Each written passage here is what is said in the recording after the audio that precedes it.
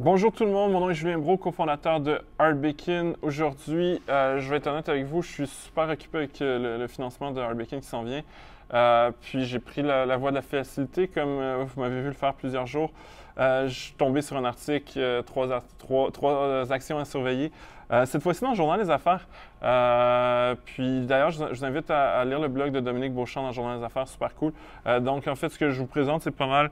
Tu sais, on va regarder des titres en fond dont elle parle sur son blog et essentiellement, c'est des titres où il y a eu des nouveaux rapports d'analystes. Le premier titre, puis ceux qui écoutent mes vidéos savent que j'aime beaucoup l'action, même si je le trouve toujours cher. Mais j'aime la compagnie, en fait, plus que l'action. C'est Dollarama. Dollarama qui. Il y a un analyste, Patricia Baker de Banque Scotia, qui a relevé sa cible de 40 à 47 dollars. C'est une bonne chose parce que s'il était à 40, ça veut dire que ça aurait été une recommandation de vente plus ou moins, parce que ça allait diminuer. Donc à 47, l'analyste justement pense que ça va continuer à augmenter. Ce qui se passe au niveau de Dollarama, c'est qu'ils ont augmenté beaucoup leur prix, donc une belle croissance au niveau des ventes par magasin. Le problème, c'est que pour ceux qui fréquentent le commerce comme moi, c'est que chaque fois qu'on y va, on voit de plus en plus de trucs à 3-4 dollars, puis supposé être Dollarama, tu sais, avant ils appelaient ça magasin à 1 dollar. Il y en a moins en moins, donc la direction a dit qu'il allait mettre de manière plus en prééminence les articles à 1 dollar, à 1,25 $ pour que les gens sentent qu'il y a quand même, c'est un magasin à escompte. Il prévoit une légère diminution des marges à cause de ça, mais il y a quand même une prédiction d'augmentation des ventes par magasin. Si on regarde au niveau juste des ratios, ratio court-bénéfice de 25, c'est beaucoup moins cher que ça l'a déjà été, mais la croissance a diminué aussi. Ça reste dans le domaine relatif, mais je trouve encore un peu cher, mais c'est tellement bien géré que... Et en plus, il y a un dividende de 0,36 %. En plus, l'entreprise commence à faire des ventes en ligne. Ça ne s'est pas reflété dans les derniers résultats, mais ça devrait l'être.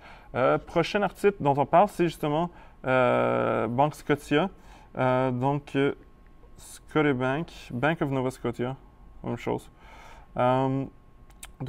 Ratio court-bénéfice super bas déjà. Mais c'est ça, c'est pas positif ce matin. Dans le dernier rapport de l'analyste Scott Chan de Canaccord Genuity, en fait, tu sais, les bénéfices ont été inférieurs aux attentes, en fait. Et sa cible est à 70 $, l'action est à 69,73 $. Donc, si on se fie sur cette analyse-là, c'est pas forcément une occasion d'achat.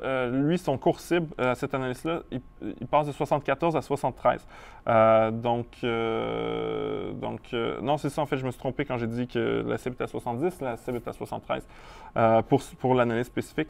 On parle quand même d'entreprise avec un ratio court-bénéfice très bas, un dividende super généreux à 4,7 %.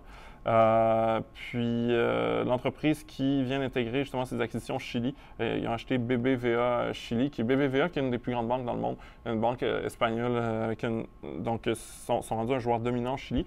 Banque Scotia, en fait, qui a une position pas forcément dominante, mais une position, c'est une banque très importante dans tous les pays en Amérique latine, incluant dans les Caraïbes. Oui, l'entreprise a manqué ses cibles, mais ça reste quelque chose, en tout cas, pour un investisseur de valeur, ça reste intéressant. Mais effectivement, c'est pas le genre de choses qu'on peut penser que l'action va exploser. C'est plus, on dort sur cette action-là, on a un bon dividende, puis on est patient. Si jamais il y a des gens qui, justement, ont peur de l'apocalypse, il y a une action québécoise que je ne connaissais pas parce que je ne connais rien au secteur minier, pour être honnête. C'est Minière Osisko ou Osisko Mining, qui est une minière qui est une orifère, en fait, qui cherche de l'or, là, comme les petits lutins irlandais. Là. L'action va bien, donc je pense qu'au niveau des analystes, il y a un analyste d'Industrial Alliance, George Shopping, qui vient de relever son cours cible à 4,50 $. Sur un stock à 3 $, 1,50 $ de plus, c'est quoi? C'est quasiment... c'est 33 % d'augmentation sa cible, c'est sa théorie. Mais sa théorie est basée sur un prix de l'or à 1000 $. 1875 US. Et c'est ça le problème. Quand on investit dans les minières, non seulement il y a une incertitude au niveau opérationnel, parce que là, ils ont annoncé, la raison pour laquelle ça va bien leur action, c'est qu'ils ont annoncé d'avoir trouvé un nouveau, je ne sais pas si on dit un filon, ou ils disent une nouvelle zone aurifère près du lac Windfall, près de Val-d'Or et Chibougamau. Je ne sais pas c'est où, mais c'est au Québec.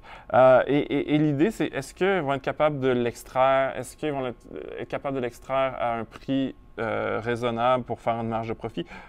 C'est une industrie que je connais très, très peu, donc j'ai aucune idée.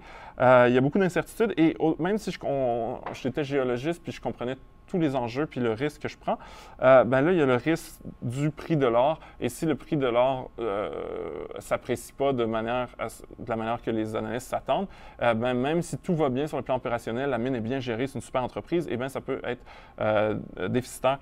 Donc, c'est pour ça que j'adore pas ça. Par contre, la raison pour laquelle j'ai dit que ça peut intéresser les gens qui croient à l'apocalypse, c'est que historiquement, quand il y a une crise économique, le prix de l'or, qui est considéré comme une valeur refuge, augmente.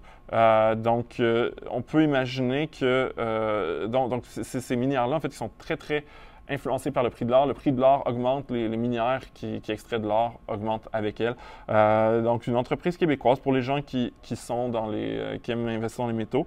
L'entreprise, en plus, qui est déficitaire. Mais les analystes, le consensus de Thomson Reuters / Refinitiv est renforcé. Donc, en tout cas, c'est une action que je voulais vous présenter. Comme je le dis chaque fois, faites vos propres recherches. Mon but, c'est juste de vous aider à explorer des idées. Sur ça, ben, je vous invite à télécharger RBacon sur Google Play, le App Store. Une super application. Depuis peu, on a des alertes boursières sur des titres comme Osisko Mining que je pourrais ajouter à mon centre d'alerte comme ça. On analyse le portefeuille, on calcule les rendements ajustés pour le temps, on vous présente par classe d'actifs tout ce que vous avez. Donc, un super outil, RBacon. Ça vient avec 14 jours d'essai gratuit, donc je vous invite à le télécharger. Si vous n'avez pas encore de compte de courtage, on a une offre encore plus exceptionnelle.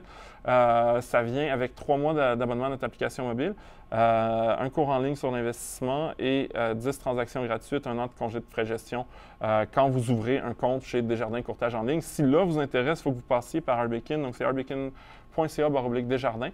Et sur ce, je vous souhaite une super bonne journée.